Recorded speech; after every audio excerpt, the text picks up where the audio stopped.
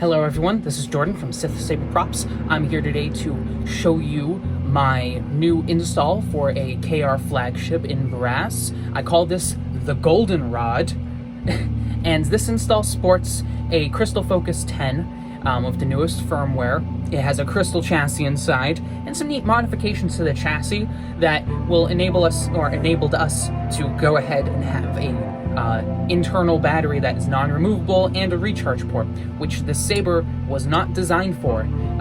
So let's go ahead and look at the etching real quick. This etching was done by ShadowCrest Designs. It's very nice. I absolutely love their work. I've done a few Saber installs on work that they've etched before, and if you want any etching done to your Sabers at all, I have to recommend them. They do some of the best that I've seen. The costs are very affordable, very good, and I highly suggest you go there and request your etching done through them. I don't do etching myself.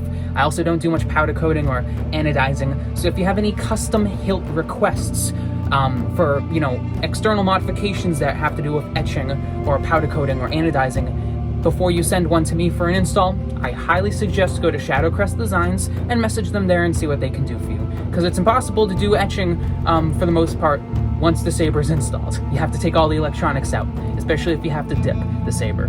Now, let's go ahead and look at all this. You have some Old Republic, Sith, and Jedi themes. It's a very nice balance-esque Saber. I wouldn't say, gray Jedi, but, Aang-T, Force of all colors, Force is a rainbow, type theme. And let's go ahead and turn it on. Right now it's in its deep sleep mode.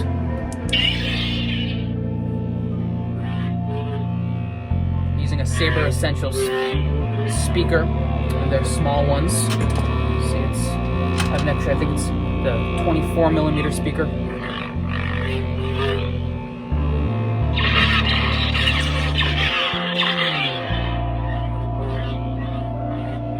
Let's go ahead and turn the light off.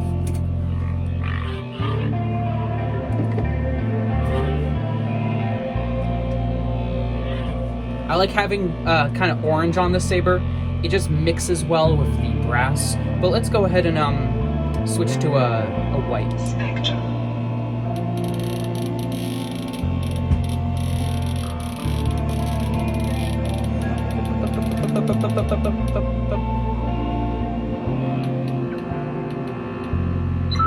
I'm using the Kyber spectrum, and the last option on it is white, so it can kind of be hard.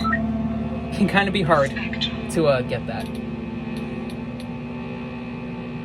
There we go. This kind of white color fits with the rainbow design since it's the RGB all together, and I very much like it for the Saber as well.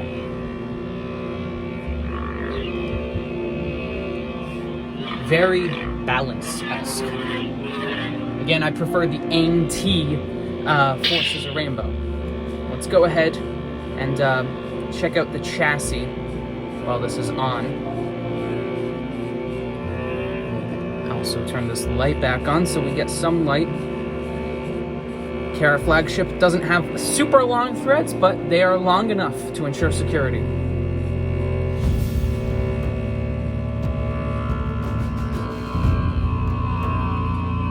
Now there's our crystal chamber. As you can see, it's in brass. There we go. Now this crystal itself is actually wired in parallel with the blade, and what that means is the crystal is a common anode LED that is wired on pads 1, 2, and 3, the same as the blade up here, which means that when you have a clash on the blade, you get the same effect on the crystal.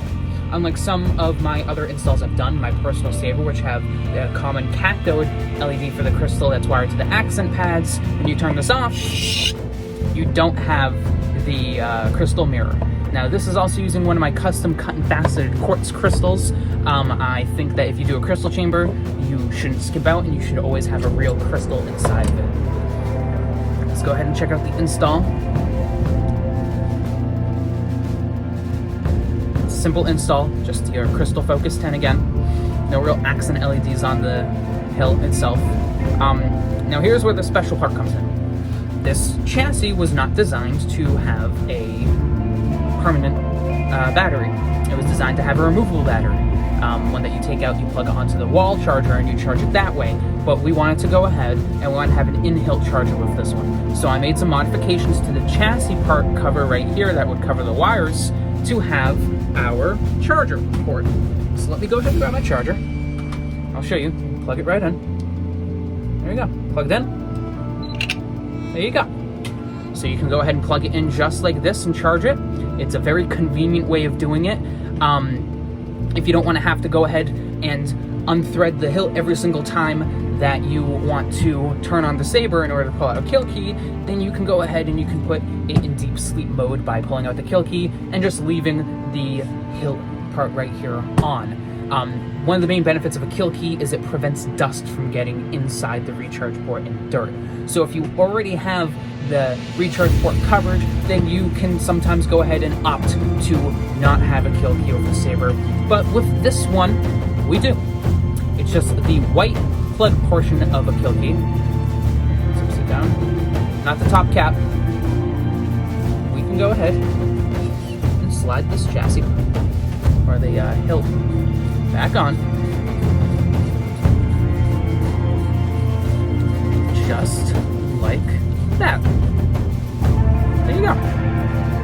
It uses a Shameen brass tactile switch. Again, these are sadly no longer available, but RBG custom switches can go ahead and replace the void left behind by the loss of these amazing switches. But then we have our small tactile switch right on the back. It's a very small switch. It doesn't really have much coming out. You kind of got to dig your finger in there to get it, but it's easy to get still. And there you go. That's the install. Now, if you want me to go ahead and do an install like this, just please remember I don't do etching and I don't do powder coating and anodizing at this time. So go ahead and check out ShadowCrest Designs on Facebook, and if you have any etching or powder coating requests, put them through with them and they'll be sure to help you out. They are amazing, and every single one of the pieces they come out with is great. If you want me to go ahead and do an install on any KR flagships or any crystal chamber sabers, you can go ahead and send them to me, PM me on my YouTube channel, on my Facebook page at Sith Saber Props, and I'll be sure to go ahead and help you out. And thank you for watching, and may the Force serve you well.